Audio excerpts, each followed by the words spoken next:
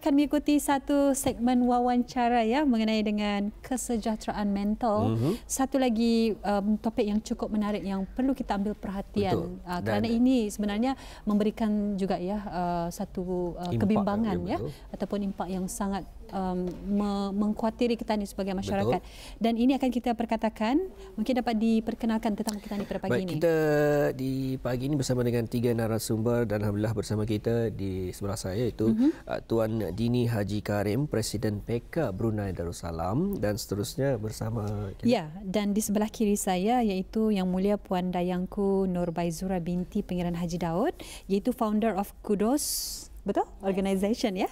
Youth for Tomorrow, President of Mother and Child Awareness. Dan di hujung sekali iaitu Yang Mulia Puan Hajah Nur Ajlin Umi Natul Hafizan binti Haji Alimas, iaitu Counsellor at Clarity Riverview Clinic, iaitu founder at Cure Heart. Assalamualaikum. Waalaikumsalam. Apa khabar pada pagi ini, sihat? Alhamdulillah.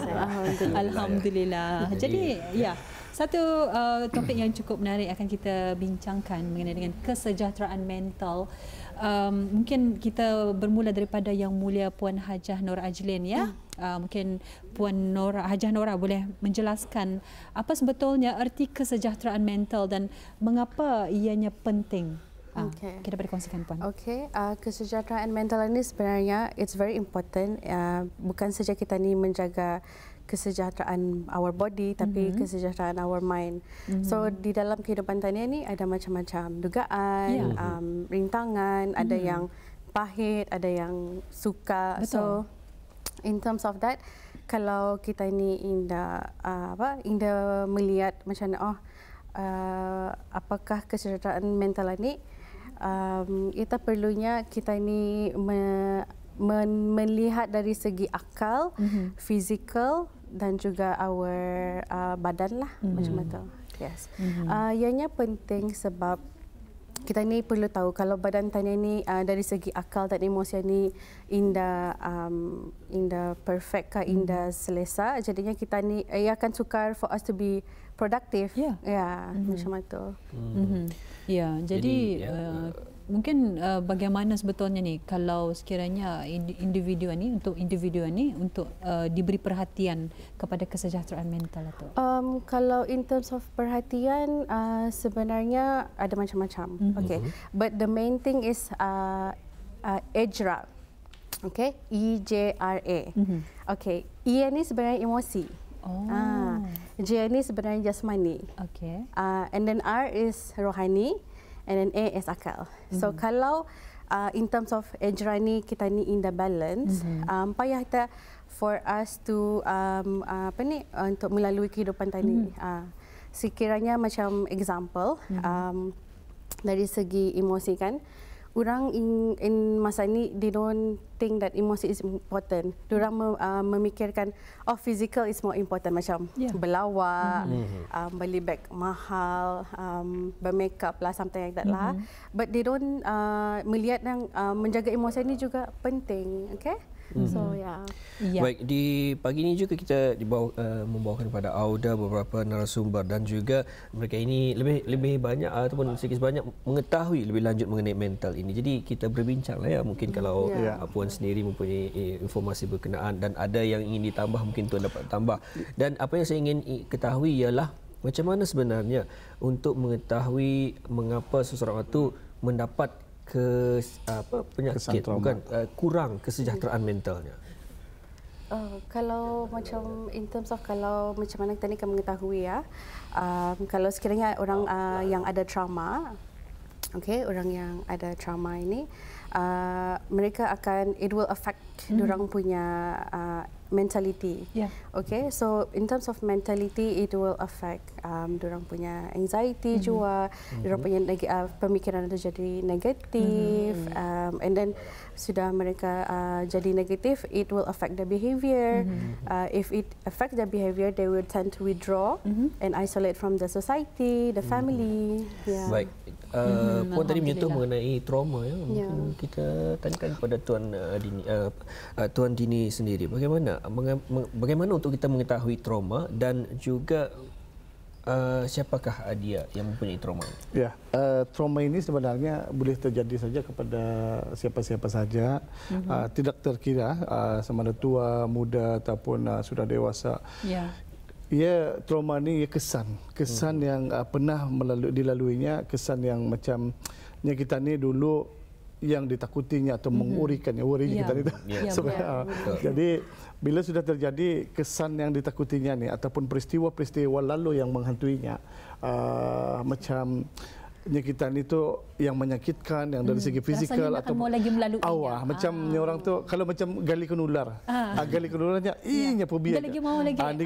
Bahkan ini kesannya yang kita tidak tahu kadang-kadang kesan trauma ni sangat bahaya ni sebenarnya.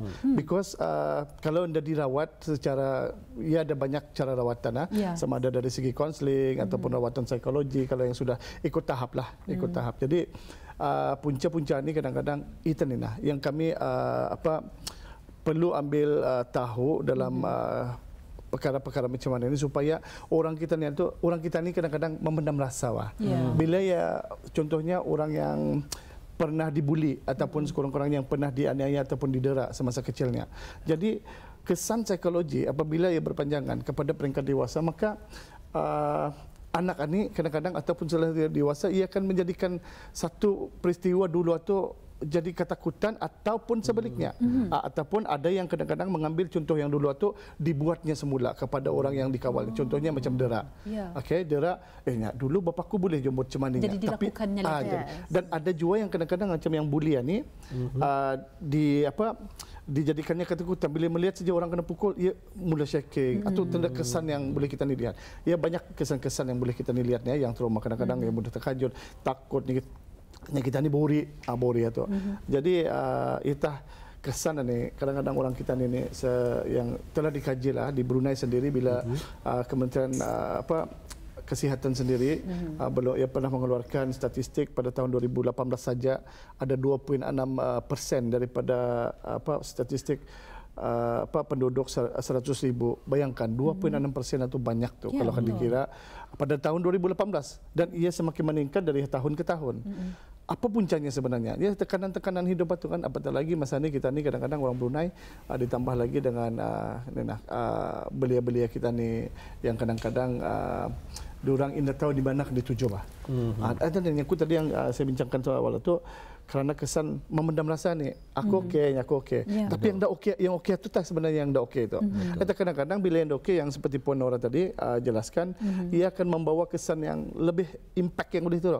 Kadang-kadang yang dah dapat menanganinya ia akan membunuh diri. Yang dah dapat yang stres sudahnya. Jadi yang ambil keputusan yang di luar akal, di luar akal kita ni keputusan tanpa disadarinya itu kadang-kadang yang membawainya kita ni menghantui, tapi sebenarnya jiwanya itu tanpa disadarinya ia boleh melakukan sesuatu perkara yang di luar kawalannya. Ini satu yang paling bahaya. Yang perlu kita lihat seperti mana di salah sebuah universiti Spanyol pun statistik itu jauh berbeza. Di mana ada dalam 26 buah negara dikaji dengan keramaian 126,000 lah yang dikaji yang termasuk dalam kajian itu sama juga lebih kurang 3% yang mengalami trauma ni, yang pernah mengalami trauma ni. Jadi kalau kita tidak ambil peduli trauma ni aninah kesannya kadang-kadang kita tidak tahu tiba-tiba ada orang bunuh diri, ada orang yang mencederakan diri. Sebenarnya trauma ni dapat dirawat sebenarnya. Alhamdulillah. Jadi memang satu isu yang kita ni cukup berat ya. Cukup berat. Yang memang sukar dikawal juga. Inilah namanya pengaruh mental. Jadi mungkin dapat dikongsikan juga ni. Nanti kita akan mengetahui sedikit mengenai dengan kesan-kesannya dan juga macam mana untuk merawat ya bagi mereka yang terpengaruh dengan trauma ini. Tapi sebelum itu kita akan kongsikan pada pagi ini juga telah dikongsikan beberapa keratan gambar untuk habis kita untuk menyaksikan dapat dua seorang-seorang kita dan narasumber kita. Ya, mungkin dapat dikongsikan. Siapa yang akan mengongsikan ni? Mungkin daripada Puan Dayangku Norbaizura ya. Okey, silakan. Mengenai dengan event Hari Kesejahteraan Mental bagi organisasi Kudos dengan bersama PK dan Cure Heart, kami bersatu padulah macam I'm more on sources yang pasal masyarakat. So regarding pasal masyarakat ini bagi saya melihat anak-anak muda daripada kanak-kanak hingga ke orang warga emas lah tu Jadi memerlukan memerlukan pengetahuan lah. Yang pentingnya pasal kesejahteraan mental ini. So kami menyediakan di sana terutamanya untuk penuntut-penuntut dalam mengetahui lah yang pentingnya pentingnya menjaga kesejahteraan mental, emosi dan macam mana diorang kan men-tackle sebelum exam.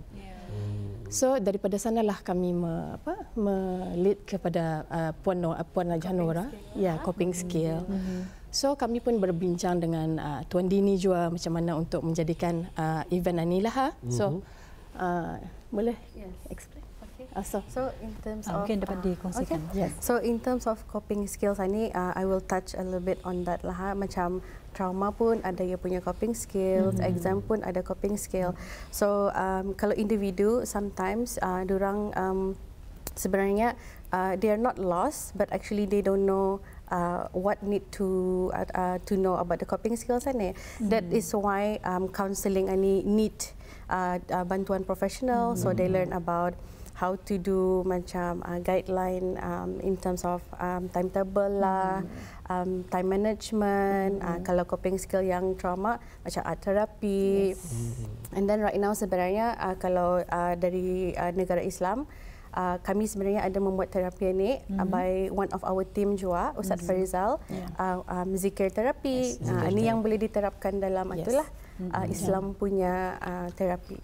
Dan kalau kita sentuh Emairah sebenarnya kesejahteraan mental ini banyak ataupun besar sebetulnya, berat lagi akan kesejahteraan mental ini, malah ianya dibahagi-bagikan kepada banyak. Sebetulnya tadi mengenai pembelajaran peperiksaan ini juga ada kaitan mental. Pada masa ini lagi menghadapi peperiksaan tekanan yang dihadapi oleh budak-budak masa ni.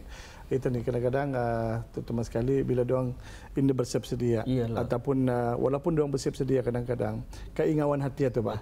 Jadi tidak ada dapat kadang-kadang kanak-kanak ini dapat coping. Bila ini dapat coping kadang-kadang memberontak. Bila memberontak saja dalam hatinya jadi pemikirannya sudah jadi kacau. Bila sudah jadi pemikiran kacau ia tidak dapat fokus sepenuhnya. Jadi ini yang perlu kita ni sebagai seorang kaunselor kami yang tanggungjawablah pada guru-guru pun banyak memainkan peranan untuk memberi diorang ni satu proses yang perlu satu proses yang lebih teratur lah untuk diorang ini menangani supaya ia belajar lebih tenang ataupun belajar secara fokus. Banyaklah mungkin guru-guru lebih mengetahui tentang teknik-teknik pembelajaran tu.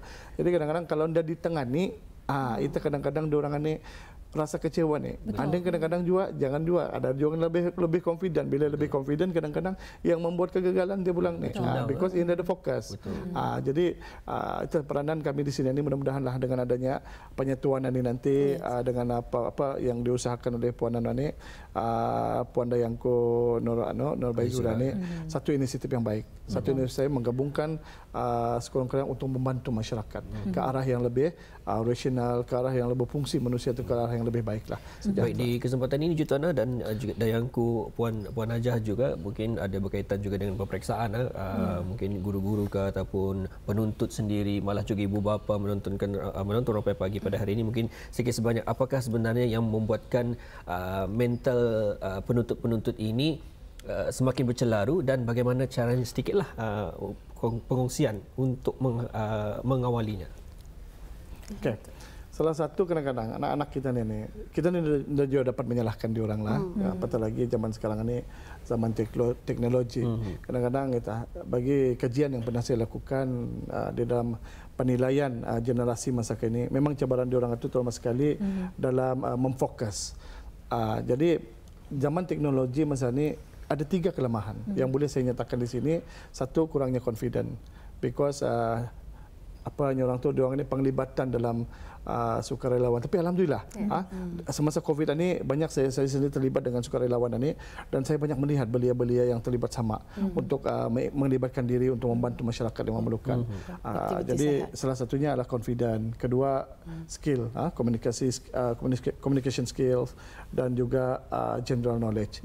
Because diorang ini kadang-kadang terlampau banyak ini salah teknologi. Cuma penggunaan teknologi yang sekurang-kurangnya tu Betul. Habis kita faham sajalah, terlalu kadang-kadang gaming ataupun terlalu banyak berhadapkan dia sampai kadang-kadang untuk bercakap berhubung sama diorang ini pun susah. Jadi ini salah satu punca kadang-kadang bila diorang ini di dalam sesuatu kondisi tertekan, maka diorang ini dapat membuat keputusan. Keputusan kita ni keputusan yang bijak. Sebab itu kadang-kadang diorang ini membuat bila sudah bercelaru, kami panggil bercelaru, pemikiran yang bercelaru, maka dengan sendirinya keputusan satu dia terlurus. Betul. Jadi itu tuh. Kalau ada 3 nih, insyaAllah kita ni sebagai orang yang dewasa yang sudah mengalami kehidupan seperti dulu adalah tanggungjawab kita ni sebenarnya. Tanggungjawab kita ni untuk membantu mereka ni, ke student-student ni untuk kita ni tu berjarih berkari berlurih. Betul. Itu sudah tu. Itulah mudah-mudahan. Berpegang kepada perkataan itu tadi ya. Baiklah. Jadi kita beralih kepada Yang Mulia Puan Dayangku Nurbaizura. Namun sebelum itu kita ni kongsikan dulu paparan gambar lagi yang dapat disaksikan lebih lanjut. Mungkin dia ada kaitan dengan sambutan Hari Kesihatan Mental ini. Jadi kita saksikan bersama, Puan ni. Mungkin daripada Puan Dayangku Nurbaizura sendiri dapat berkongsi juga di samping itu. Apakah sebetulnya aktiviti-aktiviti yang mungkin dapat Puan Dayangku kongsikan bersama pada hari sambutan tersebut. Dan mungkin dikongsikan dulu sebelum itu. Siapa yang ini saya beri pada Puan Najah Nora. Puan Najah Nora. Okey, silakan Puan. Actually, this event curhat di bawah payung. During volunteering day, I think 2018. Okay, so ini mostly anulah volunteers, and then what we do is we provide free listening to our community. Yang masa tu ada jua Bandar Kucharea.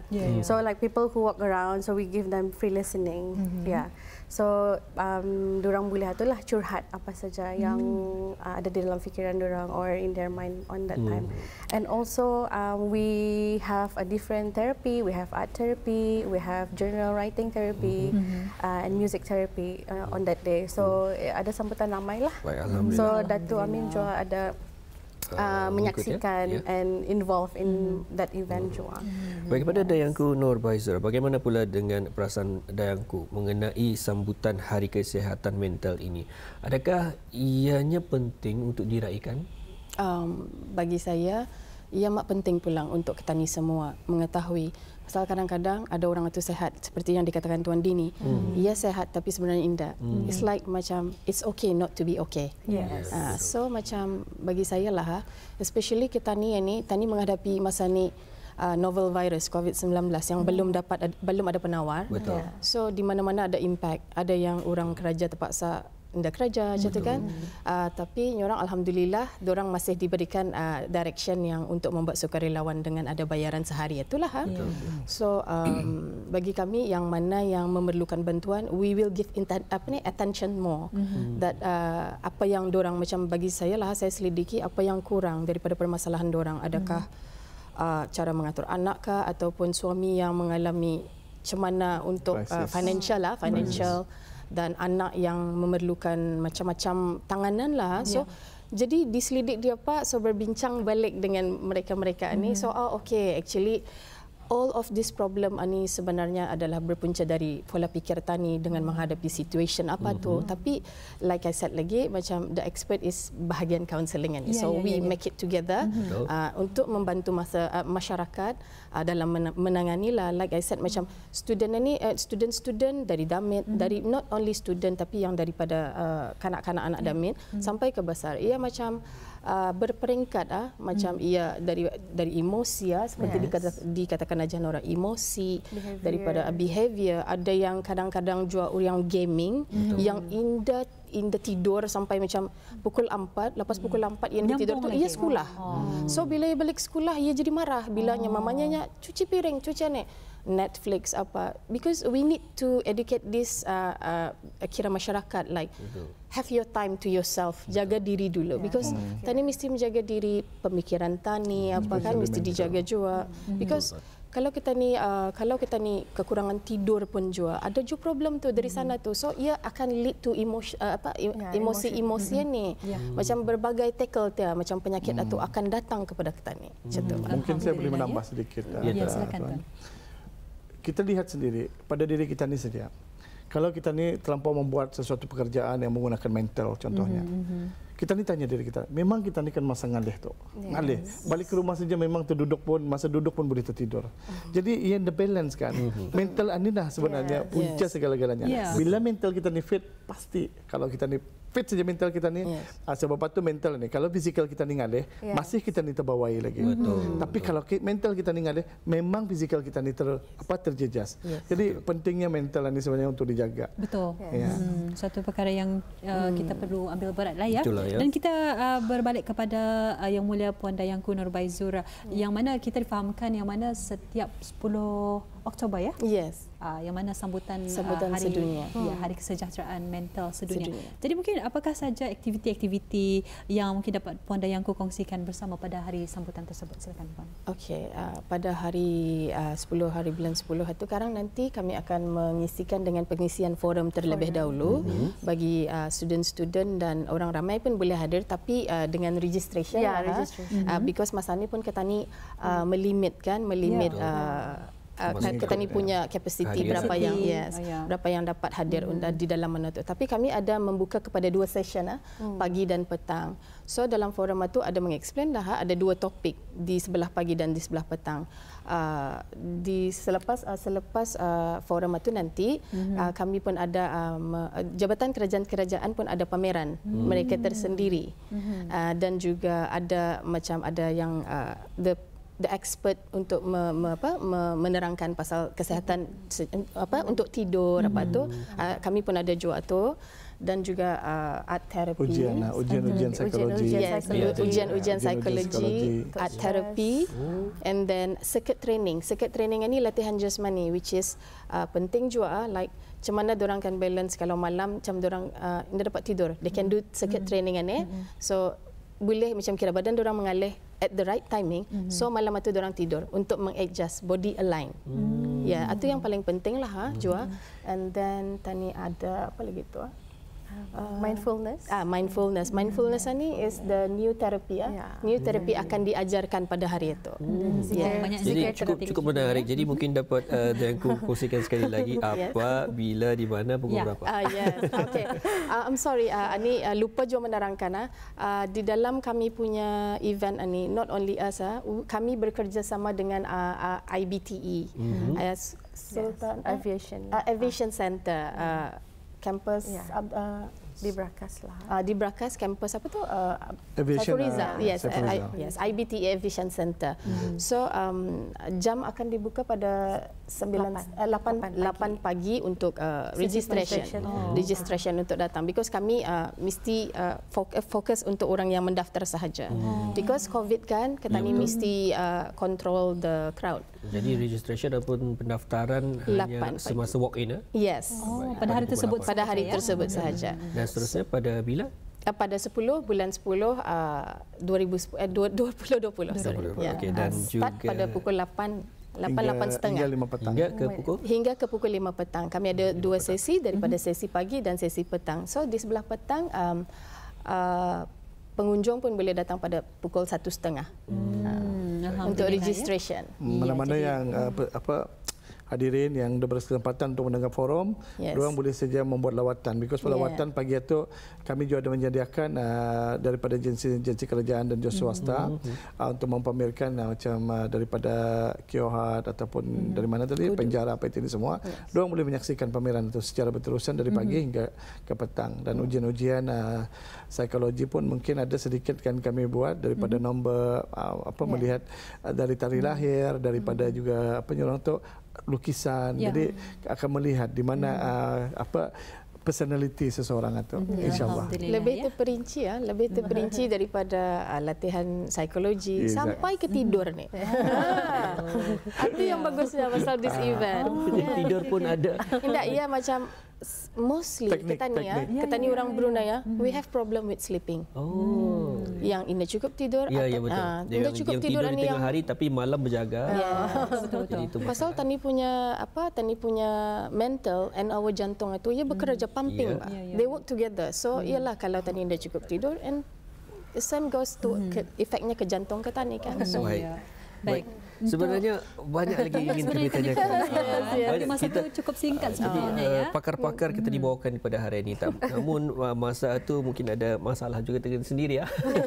Untuk pagi ini sebelum kita menutup tirai, kita perjelaskan lagi pada Dayangku di mana tempatnya?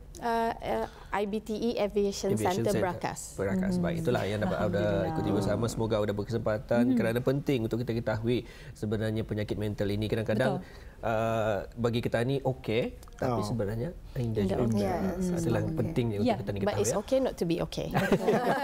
Jadi mudah-mudahan memberikan kesedaranlah kepada kita ni dengan adanya perkongsian yang telah dikongsikan oleh ketiga-tiga narasumber kita ni, iaitu Yang Mulia Puan Hajah Nur Rajlian Uminatul Hafizan binti Haji Alimas dan juga Yang Mulia Puan Dayangku Nurbaizura binti Pengiran Haji Daud.